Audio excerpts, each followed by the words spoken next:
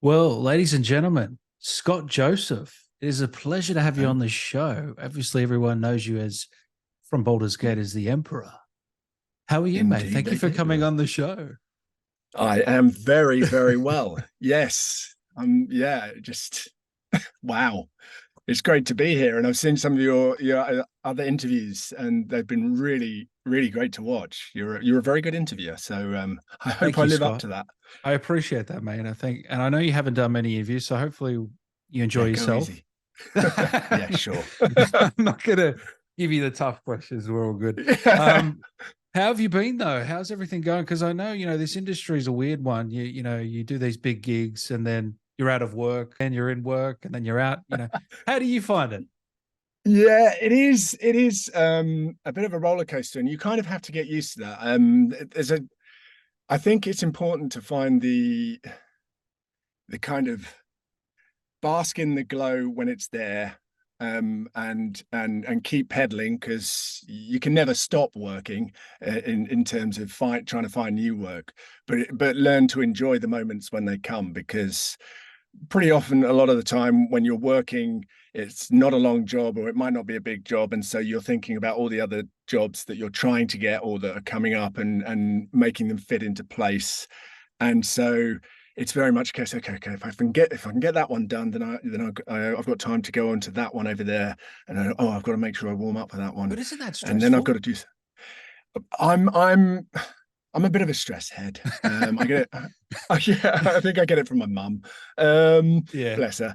And so I kind of worry, and then if I've got nothing to worry about, I think, why am I not worried about something? So I've kind of got a nice Yeah. mean level of concern. I like to put it now, not worry, but concern. And as long as there's a level of mild panic in the back of my head, I know that I'm on course towards something. So Yeah. that's kind of my happy medium. But when you're on a job, are you even then you're thinking about what's next? Or can you Uh, slow down and go and just enjoy the process? if it's a big job, and you're doing that day in day out, then yeah, I mean, totally. And when you're on one job, when you're in the studio, you're not thinking about anything else. You're thinking about the Mm. the voiceover, because there's so much to think about in that space that you can't entertain what you're doing that evening or what you're doing the next day. um but yeah, I mean, you you just yeah, if it's a big job, you focus on it, and it kind of becomes all encompassing. And this was a bit for me, but not as much as some of the origin characters who have been doing it for, maybe the better part of 4 years. I think for me, it was a little over two, or around 2 years. Wow. How many sessions on like off the top of your head? Well, because I didn't start off as the Emperor, Oh, so okay. I played Marcus, who I think there's a scene, or a battle that annoyed a lot of people, in its severity with Marcus. So yeah, I started off as him, and then got another casting pack through, and this mystery character, this enigmatic character, was there, and I'd been asked to do that, so I went up for it. Got the tight clothing on, recorded it in my studio. Um, and yeah, it was fun, actually. A lot of the time when you're doing game auditions, it can be quite left to you to make some bold choices, which you do have to do in auditions. You have to have that conviction of, well, I think, based on what I've been given, that this character is going to have this kind of characteristic about them. I'm going Mm. to hang my character on that, and go for it, and demonstrate it, and demonstrate the changes and the shifts of emotion, as you're doing that audition. And it was really I was really lucky for the Emperor, and for Marcus, actually. The material I was provided was substantial enough that you can really, there's no kind of, oh, this is a real big guess. Should I go for this, or should I go for this direction? You could kind of think, no, I've got enough in this scene to really go for it. Well, which really helped. he's very reserved in his movements, very stoic. Was that something you worked with them on? Oh my God. I mean, as you can probably tell from me, I'm very I know, because you are gesture nothing like, that's what I driven. was saying. You are nothing like the movement of this character. Yeah. Yeah. He's yes. Well, no, I'm going to try and say they, because Yep. I'll keep them they. And I did the audition, and I made that choice in the audition, actually. It was quite uh, a quiet scene, an intimate, not intimate in the terms that can be in, as in romantic Yeah. intimate, but it Yeah. was quite a quiet scene. So there wasn't that much in terms of gesture. And when I made a gesture, it was very deliberate. And I think, looking back, that's something that probably attracted them to casting me as the Emperor, because yeah, a lot of the time they're speaking with through thoughts, with telepathy, Through the and mind. Yeah. so through the mind, and so you can't gesture, and that was something really hard in to get used to, because a lot of the time when I do motion capture, it's very physical, and you're sweating, and there's lots of gesture, and you're contorting your body into a new character shape, and it's not your shape. And that was the case with the Emperor, but it was contained. A lot of the time he's floating. Obviously, I haven't yet mastered that skill. I am working on it, but I can't yet float. So I had to kind of Hold on. breathe. I thought you were floating right now. We just Well, can't see. Yeah. I have I'm getting to that technique. If you start seeing me sweat, I might just suddenly drop, and then there we go. But Yeah. yeah, so the biggest thing was his the breathing for the Emperor. So it would be, because they're 7 foot plus, Yeah. the breathing happened in the shoulders and the chest, and kind of every gesture was as though it was flowing through water. And so, but it then made the difficulty of if I want to do a gesture. So when the Emperor performs any gesture, it means something. So, but then it's got to flow through water, and so it takes time. And I don't know if you know, but in motion capture and performance capture, you have to, and particularly in games, when you're threading different bits together, you have to return to a base pose after each line, so that they can thread it to different threads of dialogue. So you could go up one trunk of dialogue and then it could split, but they've got to be able to stitch each part of the dialogue together. So you have to return to the base pose, which meant sometimes I'd be making a gesture and in my head thinking, you've got to get that hand back down there really quickly, but not look as though you're doing it quickly while reading the line and delivering the line. Oh, yeah. It's To the very Emperor. technical, isn't it? Yeah. Yeah, and eventually after a few sessions you get into the habit of doing it. But yeah, I couldn't look anywhere sharply or anything like that. If we wanted to give the impression that they were thinking, it would kind of be the whole shoulder and the whole head. It was very, Yeah. very empirical, I guess, yeah, so it was that kind of thing. But once you learn the character and you embody the character, and I was very lucky that the studio actually had a mind flayer avatar. So when you warm up in the volume, they capture your movements and then hang it on an avatar, and it's usually just a neutral figure. But because the mind flayer has these big tentacles, which a lot has been spoken a lot of on the internet. Oh, we'll get to that maybe. So I actually had I could see my mind flayer live with my actions, Oh, and that wow. really helped. That really helped steady me and know that I was in the right space, as well as having excellent voice and movement directors and sound engineer and mocap engineer present to just keep me honest.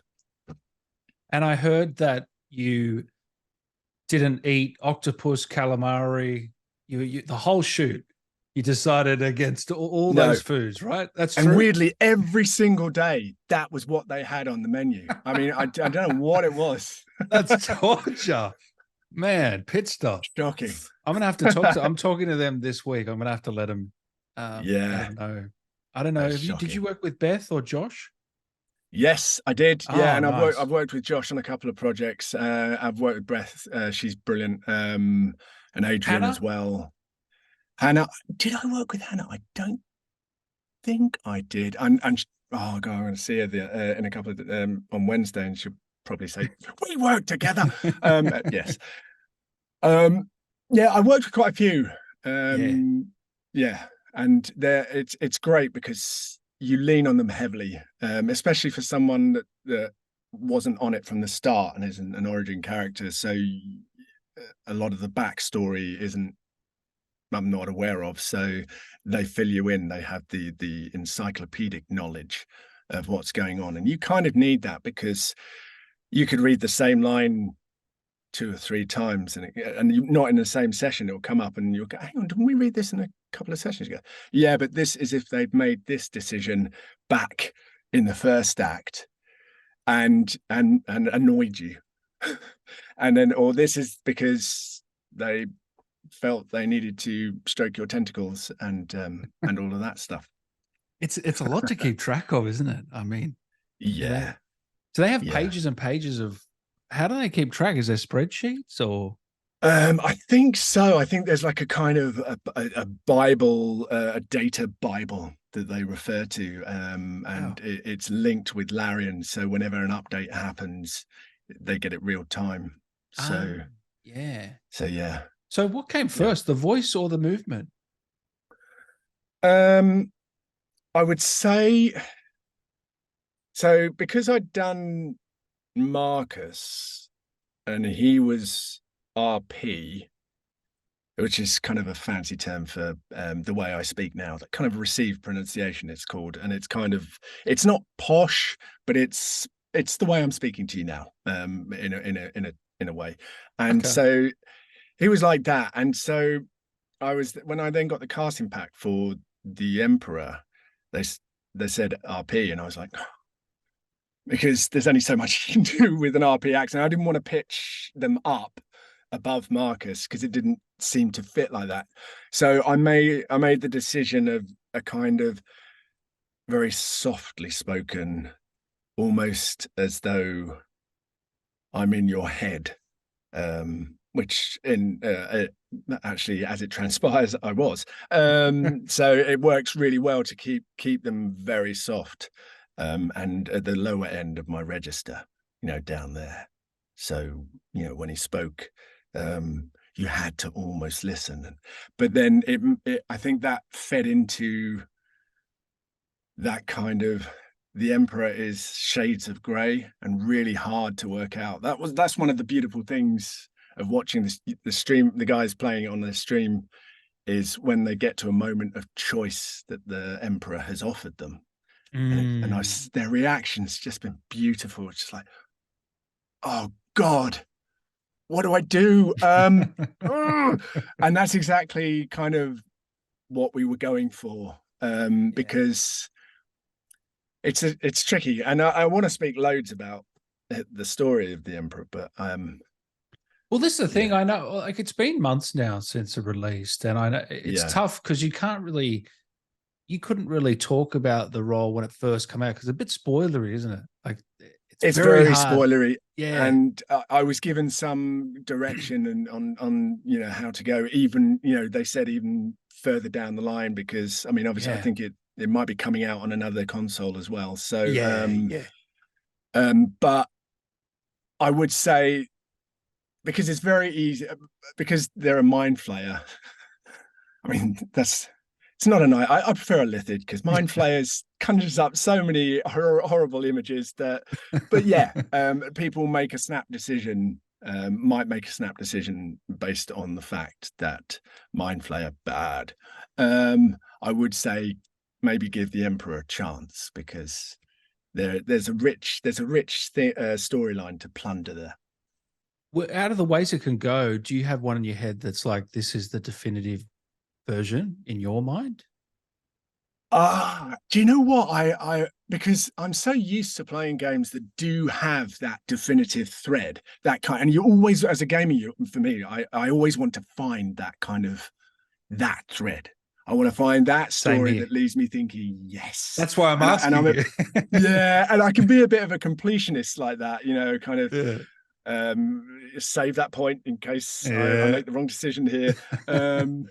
But in this game, I think the beauty of it is that it's the choice of the adventurer, how they shape their own adventure. And there's no, I mean, obviously, if you die mid-adventure, then that's unplanned and that's not great. And, you know, and you kind of go back and you start again. But when you plot your way through, There's no right way, is there? there's Really? no Yeah. right way of playing it. It's the choices you make and the preconceptions you took at the start. So some people say, right, I want to do this playthrough as Dark Urge, and that will color your thinking going through the game. And I think that's the beauty of it. And then it will be a completely different adventure. And that's why it took so long, because that takes time to create, to script, to flesh out. And I think there is, I mean, I've yet to play it because I've got a 4-month-old baby. So Oh, congrats, man. cheers. Thank you very much. The fourth baby. Oh, So, wow. So it's not your first rodeo. no, so yes, I'm utterly mad. But yeah, so I had a 3-hour, because I can't Is play a it game for easier a now? short period of time. Is it easier No, now? The fourth one? No. no, no. So it's like spinning plates, you know. You get the baby just nice and calm and settled, and then the kids come home full of Yeah. energy, slamming the front door, and you're like, How old are the other ones? 12, 9, and 6. Wow, you got an energetic household. Yeah, yeah, yeah. Well, we've already, the 12-year-old's already a pre-nager, so that's interesting. No Baldur's But Gate no, yet, though. Bit young for that. no. I'd have to change the settings, I think, considerably, because I fell down the hole when I first started. I had a 3-hour stint where, oh my God, I can play the game. Get the PS5 booted up, let's go. And then the character creation. Good grief, there's so Oh, much you can do. How unbelievable. long Yeah. did you take? I think it took me 2 hours. Yeah, but I've been in there Yes. for about 10 collectively. I reckon. It's just unbelievable. I've been in the character, creation more than I have been in some other games playing. Yeah. And I hadn't really, I mean, I do know that other games do it, but it's the first game that I've really noticed, and I know that other games do it. But you can have vitiligo, and I've got vitiligo, so I was like, oh, I'm gonna give mine vitiligo. And so that was really nice. Little touches like that are really just kind of, yeah. There's a lot of thought and care gone into this. So you're playing it now? Did you say when you got a when you get a chance? I've created my character, who's a druid, a high elf. Nice. Yeah, Good choice. I might have overstepped the mark, because I've not done D&D before. I used to do there was a Lord of the Rings card game where you could play through 9 sites, and then my friend and we had the Fellowship of the Ring, Two Towers, and Return of the King, and so we put all the 9 sites together. So as you went, after you completed the Fellowship, you then shuffled in your deck for the Two Towers, and then shuffled in Return of the King as you got to Return of the King. And we put the soundtracks on in the background. Oh, that's sick. And it was just great. I mean, it's not as complex or necessarily as all-encompassing as D&D, and not anywhere near as an imaginative and creative, because, well, D&D is just brilliant on that front. So, but it was just lovely just to immerse yourself in those worlds, and you have to kind of get through your deck and stuff. So I enjoyed that. But is it a deck builder? Yeah. So you build your deck, you construct your decks in terms of enemies, artifacts, equipment. You both have your companions, and you want to get through the 18 sites. 27 sites if you play the full whack, which is just insane. Yeah, that's a long stint. Well, yeah, when it comes to Lord of the Rings, that's what I mean. I went to see all 3 films back to back from 7 p.m. to 7 a.m. in the IMAX in London. Wow. And it was fantastic. When was that? Oh, it must have been about a year and a half after Return of the King came out. I think they did a special at IMAX, Oh, and it wasn't wow. it wasn't in full IMAX, and it wasn't the extended editions, which would have been tremendous. But Hold yeah, on. it was So how long fantastic. is that? 10 hours. It was 12 hours. It was 12. 12 They had a hours. gap. So between Shit. each film, you could cosplay and go in costumes, but I didn't at the time. But they had coffee and little snacks and stuff that you came out. And it was fantastic. And no one, because they're such immersive films, you didn't feel tired or anything until like you're on the train home. You're like, oh my God, I haven't had any sleep and my eyes hurt. But it was fantastic. So yeah, so we did that. And yeah, you play against each other, but you want to get your fellowship to the end, this the 27th site and home and get the ring destroyed before your opponent. So you throw enemies at them like the Balrog and stuff like that if they're in Moria and stuff. It's So good fun. is that your favorite movie series, or have you got others up above? Whoa, I've got a really eclectic kind of taste of music and Tell films. me, tell So me. I'm a um movie buff, so yeah. I mean, well, I mean, I love. I'm a child of the 80s, so you know, kind of E.T., Close Encounters, yeah. or I mean, Stranger Steven. Things is Yep. yeah. Or Stranger Things is just it's like the 80s bathing over you all over again. It's just been Yeah. wonderful to watch. But yeah, oh God. I mean, I loved the first Matrix, Yep. inspired me for a lot of things. An idea that I'm trying to, God, what else? There's so many. Yeah, but the Lord of the Rings films, I because I was still doing my performing arts course when it was in pre-production, and we got a magazine called PCR, which is like a casting magazine, and you had to subscribe to it, and it came through the post, and it's printed on black ink on red paper, so like, oh, this is important. What castings can we go up for? This was back in the day where you had to order photographs, a CV, a cover letter, and then post it off. God, Yeah, I sound old. yeah. And there were things, you know, now I think back about it, that were probably for Lord of the Rings in there. Damn, yeah. And you're just like, and it wasn't until a couple of years later you're thinking, God, what I would give to get on that film. You could have been Um, Legolas. You could have been an orc. You could have been. yeah, an Uruk. I'd have probably been an Uruk. I mean, I've done a lot of stuff in my time that requires full head prosthetics. So Have you yeah. I've done for feature films or? yeah, I've done when I was just out of uni, I did one film called Evil Aliens, where I was the alien. And that was a full head prosthetic. Took about Wow. 5 hours to get into. Shit. Um, I need and to then see I did, this. yeah, yeah, it's it's good. It's interesting. Put You're it that not way. selling me on it, Scott. Well, I mean, I don't know. I mean, because I love films like Brain Dead. I I hear you. absolutely loved Brain Dead back in the time. I mean, I know it's Marmite for a lot of people, but No. yeah, just fantastic. And a lot of Jackson's earlier stuff was just fantastic. But yeah, the other head prosthetic was for a show actually on a cruise ship. They do kind of big theatrical things, and it was an 80s medley show. And I don't know if you remember a guy called Max Headroom. No, what was it? What did he do? So Max Headroom was this Canadian comic guy, and but if you look at 80s, he had his full head prosthetic, very plastic looking, blonde hair, kind of, and he'd do wacky things against a graphic background Okay. and things like that, and it would all glitch and things like that. And in the 80s, that everyone was like, oh, this is so cool. Yeah. And so I did that character.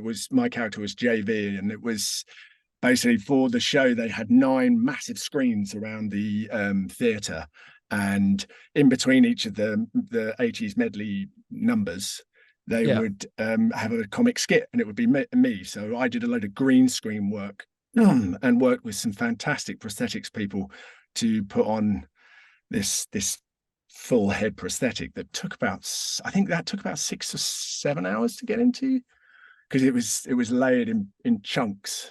So what do you And do then, when you're in that? Like, there's 6 hours, 7 hours.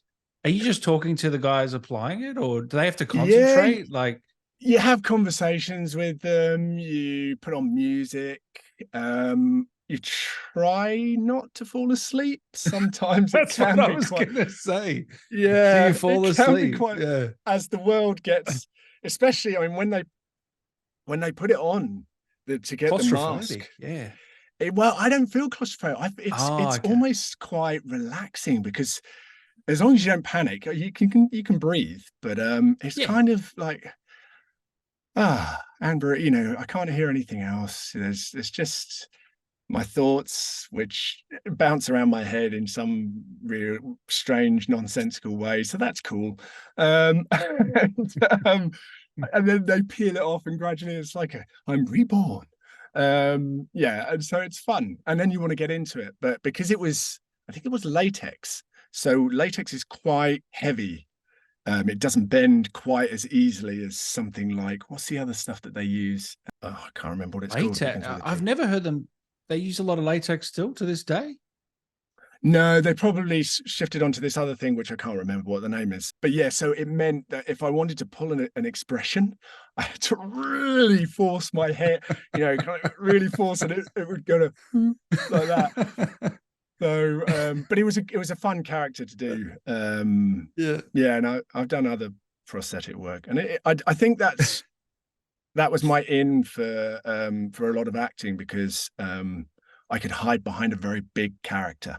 So I kind of looked up to people like Jim Carrey and people like that could do that. And I did a thing called Lazy Town, which is a kids' TV show, but we did the theatre show, and there was this character called Robbie Rotten. And I played him, and the guy, Stefan Karl, who played him in the TV show, is just a fantastic actor. And yeah, you watch people like that, and it's just, I marvel at what they're able to do. He's and so I'm a unbelievable. bit, Jim Carrey. yeah. Oh man. Just fantastic. And so I kind of emulate them, and I'm a bit of a magpie like that. Like I see, so he's doing that. Let me see if I can do that, and then borrow bits here and there, and kind of try and incorporate that into a character and see how it works out. So can you do a Jim Carrey impression? A Jim Carrey? Oh my God, no, that would be awful. I'm not. You don't have to do it. I'm just asking if you. I mean, That, we all loved watching Ace Ventura, and stuff like that. But that would be I loved tough. it. It would. I mean, yeah. No, I'm thinking of the one where he was dressed up with the tutu and smacked his head on the seat. Do you remember? Do you remember that? There was no half I love how measures in that's that where your part. mind goes to. Yeah. That and when he jumps into the pool and he does the Star Trek mode bit. That was, the captain's log, stardate 24/6. It's all that There kind you of go. stuff. See, I knew you had it in you. I knew you had it in you. Going back to Baldur's Gate, I mean, this wasn't your first mocap experience? No, I did a bit of mocap. So I did a load way back in my 20s, when the industry was kind of starting out. Mocap. And yeah. Wow, must have changed since then. Shit. Yeah, it was kind of, the industry was getting up to and running at a pace as to what it could do, and convincing the industry that it was viable, and particularly in gaming, it was finding its feet on there. So I did a lot of experimental kind of mocap with different things, like different suits and stuff like that. I did a lot of stuff was greenlit to certain stages and then cut off. There was one famous game, which I can't say that I was part of because it never got made. But yeah, you get to the point where you're about to yell about it because it's going to be massive, and then they can it, and it's just like, no. Can you say when this years ago? Yeah. Oh, okay. Yeah. I think it got. It did. It got to the point where I think I know what you're talking about, but I won't say that. Yeah. Yeah. Damn, man, that sucks. Sorry, man. But you got paid, right? At least you got paid. Oh yeah. You always, yeah, exactly. So yeah. there's never, but just for the I know work it that was put sucks. into it and I stuff like know. that. But you never know. That can happen across the board with anything that you do. So you just have to go with it. But yeah, I did control characters, so that was hard work. You know, like you have 3 states, you have to capture all the movements in all 3 states. So, you know, kind of calm, alert, panicked. And so you're walking in those 3 states, you're jogging in those 3 states, you're running in those 3 states, you're crouched below a meter in those 3 states, you're getting over a 1 meter high obstacle in those 3 states. And it builds up, you're getting over a 2 meter high wall in those 3 states. And God, you don't need to do any gym work after something like that. It's just, you know, you just go home in an ice bath. Oh, I was Yeah, going to but it's good fun. say it's taxing, more taxing than people think. Yeah, I mean, I was just lapping it up. It was just something completely new. And I'm very much a case of sort of person that just throws himself into stuff like that, because it is very much a case of sink or swim. Can you do that? Yes, of course I can do that. Well, what else do you want? And just inwardly thinking, I hope I can do this. Hey, I love that. We've got a lot of fan questions here that we might bring up. What did you personally enjoy the most about the character, Scott? Oh, what did I enjoy the most? I think what I think the the nature of them, the fact that they seem to straddle that space between the narrator, who did a fantastic job, Emilio's just unbelievably good, and the other characters. So they're kind of in your head, on your shoulder.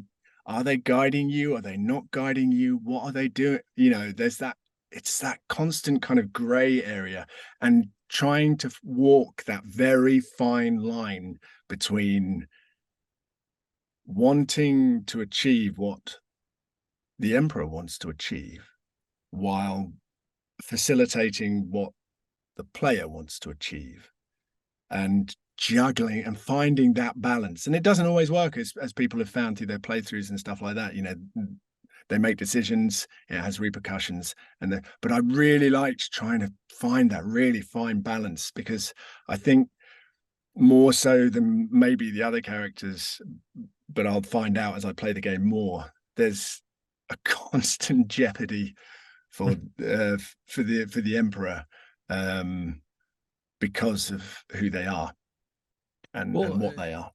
I don't know if this is spoilers, but I mean, you can kill him from the first meeting, right? I'm pretty sure. That's it for Scott. Yeah, over. and I suspect a lot of people have done that. And that's totally fine. I didn't. You know, oh, bless you. But yeah, I mean, they're of a race that has a bad reputation. It's got a bad rap. So trying to convince someone straight off the bat that to trust me, is interesting. And I hope that people that did, you know, put the boot in straight away might go back to it and think, oh well, let's see what happens if we do. You know, there's a lot more to discover. We didn't just record my death scene. Although that probably was a fun one to do. Yeah, sitting on the floor getting. Although a lot of the stuff, it's a mixture of animation as well. There's only a certain amount that the performance capture can capture in the studio. So then it goes to the brilliant animators at Larian to kind of work their magic as well.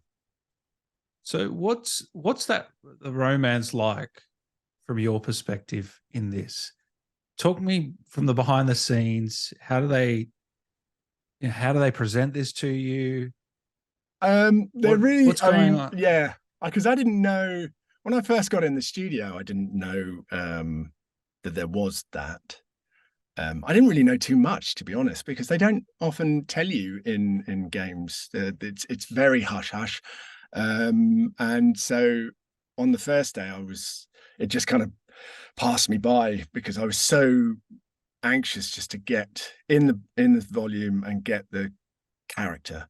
If I can understand the character, then and make that natural, then I can focus on anything else. So the first session, I think they do just stand back and just everyone, you know, kind of chips in with guidance and stuff like that. And then you find the character. And then by the second and third sessions, it's a case of, right, where are we up to? Okay, let's hit the ground. So then I was probably told, oh, and by the way, you do know that that you can romance this character.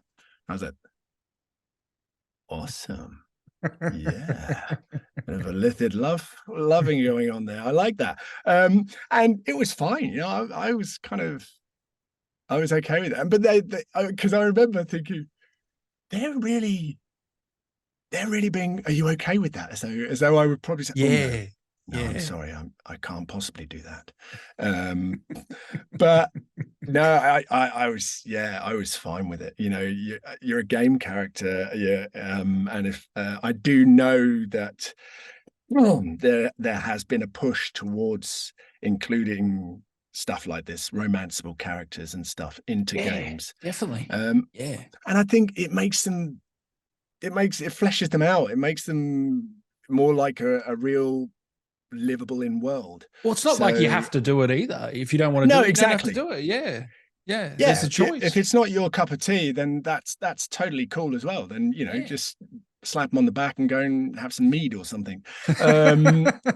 So, but yeah, it was cool. And we didn't, I mean, a lot of the actual stuff was, again, hand animation, because I can't float and I don't have tentacles. I was going to say, did they get you up in the wire work? That would have been excellent. Yeah, we're going to go to Pinewood, get some wire work, get the green. I'd have been, yes, bring it on. Let's do this. You would have loved it. Yeah. Well, you know, if they do, if it does get a TV series animation or something, you know, or TV series or a film. I think it should. Mate. It's really blown up. I think it's going to win Game of the Year for sure. I think it deserves it too, to be honest. Yeah, I mean, yeah, they've done such a fantastic job in it. But yeah, I wonder who'd play the Emperor. You. I would hope so, but I don't know. Yeah, that would be so cool. If it wasn't you, what celeb would you get to fill your shoes? It doesn't have to be a celeb, but you know what I mean, an actor that we might know. Who's got? I mean, yeah, he wouldn't do it, but I love Henry Cavill. Oh yeah, he's definitely got the voice, but he's far too handsome to be to stick a wacky great lifted head on him. People be like, oh my god, rip it off. Where are you, Henry?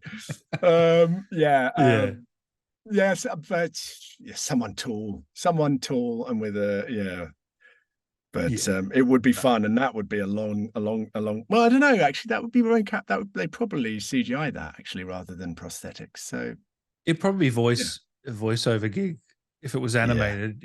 Yeah. I think you're right. Yeah. Oh, damn it.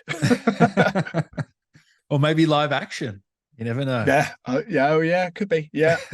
So I can't remember what the intimacy scene, and I think the most awkward thing about it was just recording some of the sounds, which you just get over it, don't you? You got to get over yourself. And what would an Elithid do in a situation like this? Yeah, I think we got it. I think we got it in one take actually for that. So I don't. Obviously, you know, I was embracing the inner Elithid in me, so that was good. Do you when you're doing those lines, you must laugh at the end of it? I mean, or are you fully in?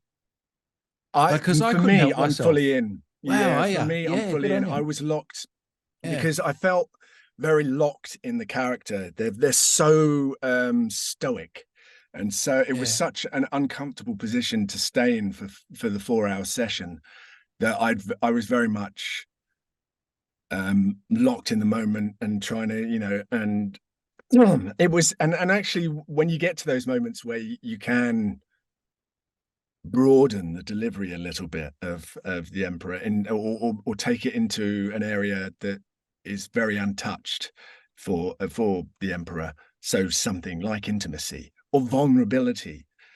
I really kind of embraced those moments and was really interested and keen to speak with the director, the voice director, and the movement director to make sure that I was capturing exactly what they wanted, or giving something, you know, that was different from the usual, because I think it was important to do that, to show that side to the Emperor.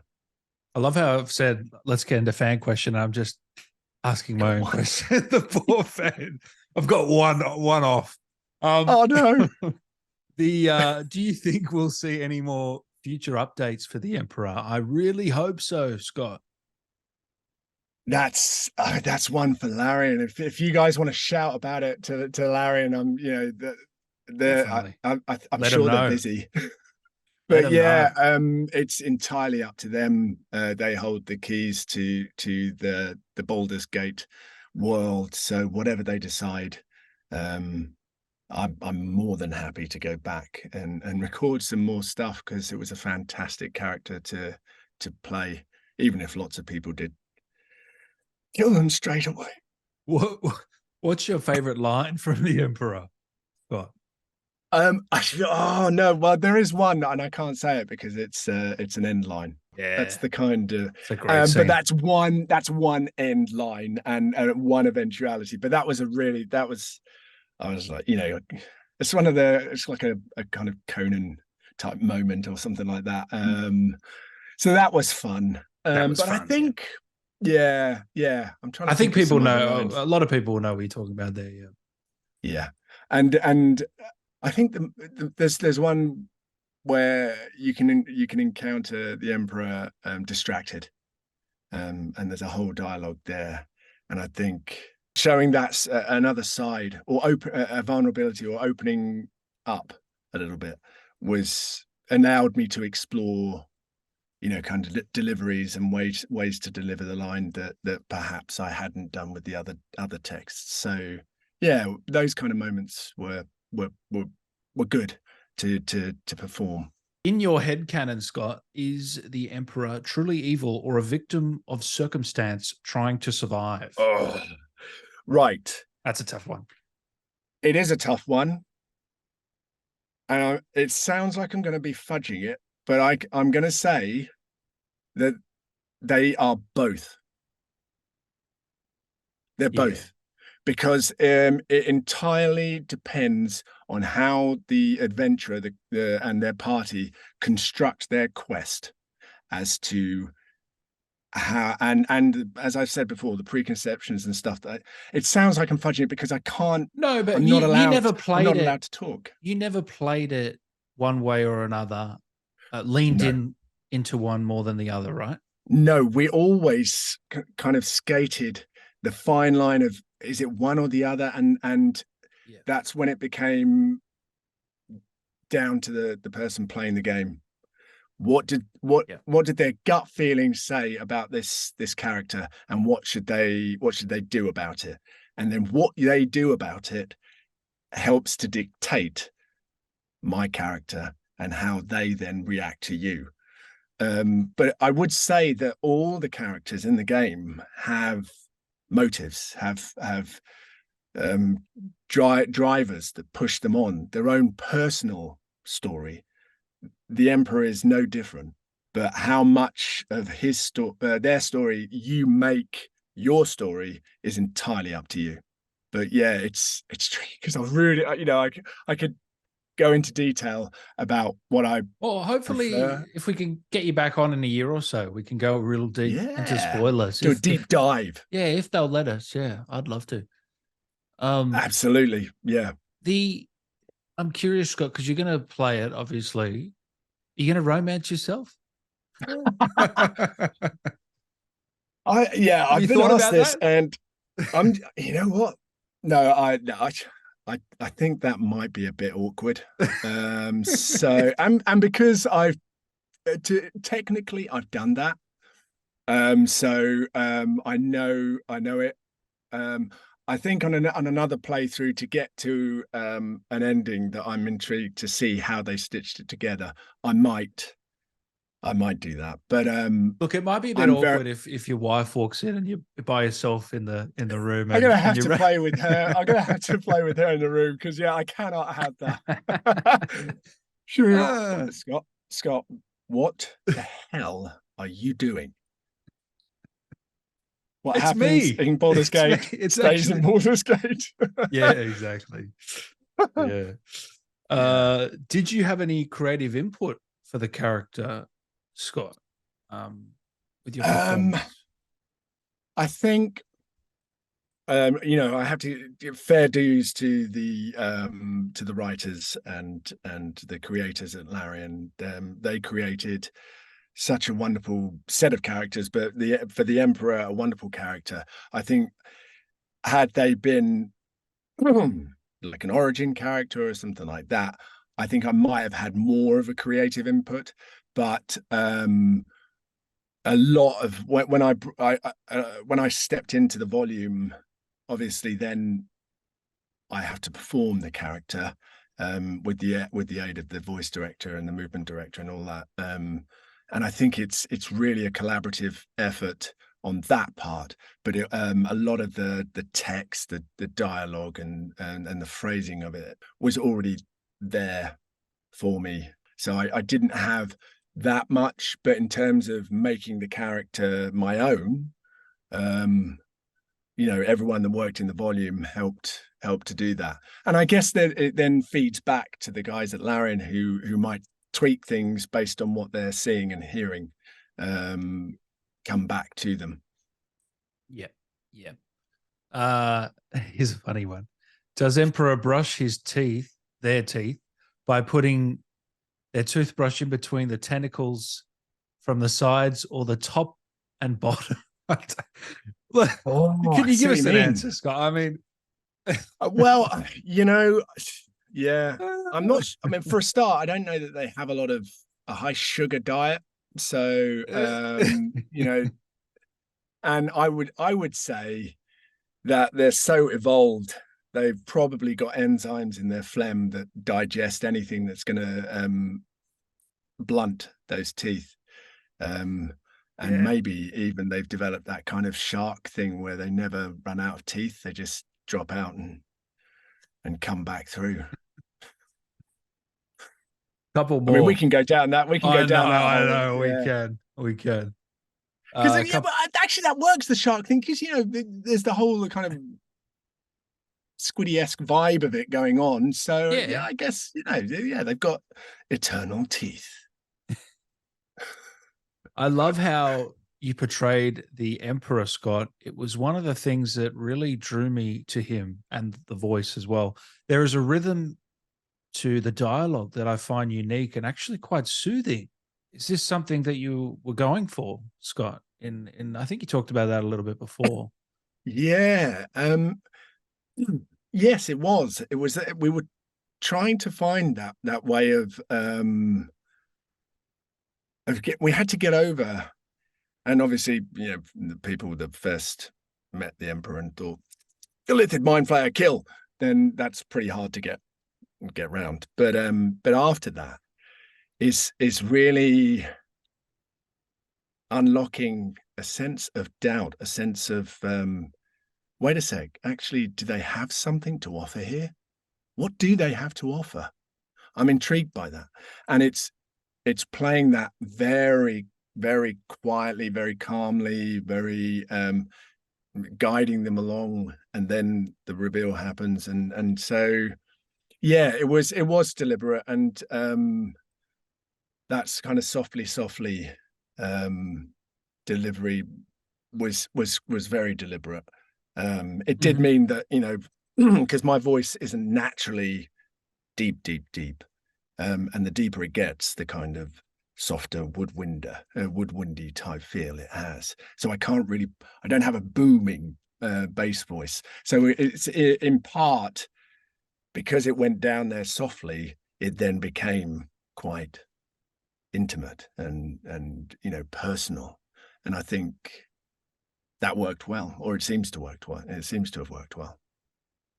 What voice do you usually do for the commercial work you do, like the 30-second ad blocks? Is there a certain voice that you do for all those, or is it different? No, it can vary. Like I'm recently the voice of the Poppy Appeal campaign, and that's a very softly spoken one, but I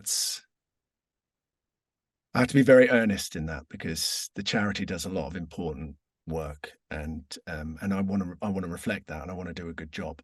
So I try and tap into a strip away everything else, all the performance stuff, and just be honest. And then, you know, I've played a 70s, 80s plus professor for a car insurance company. So, you know, again, you're back into character wise. Well, you know, you're speaking like that. So, you know, it's again, it's voice acting. You just, whatever the need is, can I fit it? Does my voice fit the breakdown? And then if it does, great stuff. But more and more, I would say with commercials, they're looking for less voiceovery sounding and more conversational, or at least the stuff that's coming through to me, that, you know, that's what they're after, is a kind of believability, relatability, or whatever. But then, you know, I guess it all depends on what the product is and what they're selling. So yeah. Last one from the fans. Is there something you wanted to get across with this character? Is there one particular thing that you wanted to get across, Scott? With this portrayal? It's difficult because they are illithid, but I think go with them on the journey in a playthrough. Just see what happens, because yeah, you might be surprised what you discover. So yeah, it would be maybe a little bit of trust there and see what happens, but it's not the be all and end all. You adventure it the way you want to adventure it, and I'll either be by your side or you'll kick me to death. So you're saying be nice, be kind, see where it goes, which is good life advice, really. Yeah, I think that's going to be my play. That's going to be my initial playthrough. Is I'm going to try and just, you know, be nice, be kind, and you know, obviously, if someone's trying to kill me, then that's different. But but yeah, I'll be pretty cool and play it through and see where it leads. And but I mean, I say that, and then you know, I'll probably get influenced by the dark urge, and who knows. But yeah, that's the beauty of it. Is there anything you want to say to the fans that have tuned in today, Scott? Thank you. I mean, I think I was probably one of the last to kind of make my announcement as part of the game, just because I didn't know how to announce or what to say I was. It's just such a fantastic community. So positive, great people, so supportive, so fun, and so talented. I mean, the artwork that's coming onto the streams, the feeds and stuff, it's just been phenomenal. It's got me wanting to get back into my art. So if I do get the time, I don't know whether I will, but yeah, it's just such a wonderful community that I'm honored and blessed and feel privileged to be a little part of that. So you know, thank you guys. Yeah, very smart, sophisticated, welcoming, inclusive. Yeah, everything. Yeah, great community. Yeah. So you're not going to stream the game or anything, Scott? Any signings? What have you got coming up? I mean, I've been asked a couple of times about the kind of cameo or streaming or anything like that, but I don't know anything about that kind of stuff. So I don't know. There's been a lot happening on the home front, and not just with my 4-month-old kid. So I didn't want to overcommit to stuff and let people down. I am aware that there has been some you know, interest in me doing those kind of things. So if I can, I will. But I didn't want to get on there and then have requests or whatever come through and not be able to do that. So, and also just I'm blown away because, you know, my character's not massively kind of big. So I was just kind of, I had to kind of do it almost a double take. Oh, Cameo. What is what's Streamily? What are these things? I don't know. When you say the character's not big, I mean, he may not have as many lines as the other people, but he's definitely very important, Scott. So let's. I think it depends on. I think it depends on your playthrough as to how important you make the character, and I guess that's the same with all the characters and stuff like that. And so, well, that's what I mean. That's what I'm saying. Even with Shadowheart, some people don't have to take her anywhere; they don't want to. Yeah, exactly. So, I think it was just. I think it's hard to get out of the frame of mind I was when I got the part, which is you know, I literally walked into the studio and was thinking, oh, it'd be great if this is a couple of sessions. And then, you know, the voice director at the time, Adrian, said, oh, yeah, Scott, it's going to be more than a couple of sessions. I was like, oh, that's really? What you want to hear. Yeah. Oh, yeah, absolutely. I was like, well, fantastic. And then it became, you know, session after session after session after session. You're like, wow, oh, okay, this is cool. So I'm still kind of just, a little bit excited and a little bit dizzy about all of that, really, because it's probably the biggest part I've played, and certainly the biggest game for me. So congratulations, Scott, and hopefully many more big games to come. Oh, that would be fantastic. But, you know, there are so many talented VAs out there. So, yeah, I'm back swimming around looking for the next kind of thing. And we'll see how it goes. Hire this man, everybody. Hire this man. You're not going to get much better than this. Thank you, Scott. That's very kind. Thank you. Really appreciate it, man. Thanks for your time. Usually, as I wrap this up, I like to hear one more time from the character. So, is there anything the Emperor could say to Dan to wrap this one up? I would say, I am your friend. Anytime you need help, reach out, and I will be there. I don't know what was that. What the heck was that? Was great. Man, I was transported. Shit. Now I don't know. That sounded a little bit like a song lyric. Yeah, I know. Just came up with that. That was great. Now I'm going to play the game again for the 20th time. You've got me back. How many playthroughs have you done? No, I've only done 2 full playthroughs. So not, but I've got a few on the go. Nice. But no, thank you very much, Scott. We really appreciate it. Thank you, Dan. It was an absolute pleasure. All the best.